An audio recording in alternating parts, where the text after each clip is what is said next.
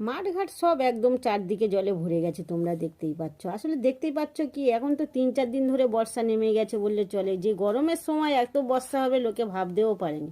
কিছু কিছু লোকের ধান তুলে নেওয়া হয়ে গেছিল, আর কিছু কিছু লোকের অবস্থা এত খারাপ হয়ে গেছিল, 1 হাঁটুর উপরে জলে ধান কাটতে হয়েছে। আর সেই ধান রাস্তার দুধারে মেলেছিল সবাই, কি যে কষ্ট করে ধানগুলো নিচ্ছিল।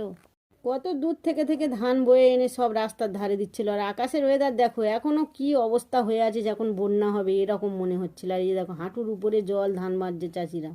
পাতে আছে একদিকে ভয় আর একদিকে জয়। যেমন ধান ক্ষতি করে তেমনি ফলের বাগানগুলো উন্নত হয়ে গেছে। দেখো ফল হয়ে তো ভর্তি, আর রঙগুলোও সুন্দর হয়েছে। এই ফল যদি না জল হতো, একদম ছোট হয়ে থাকতো আর বাড়তো না, রঙও হতো না। দেখো জলের কারণে ফলের রং আর কত বড় বড় হয়ে গেছে। দেখো এই রকমই নিয়ম, যেদিকে হোক একদিকেই নষ্ট হবেই হবে।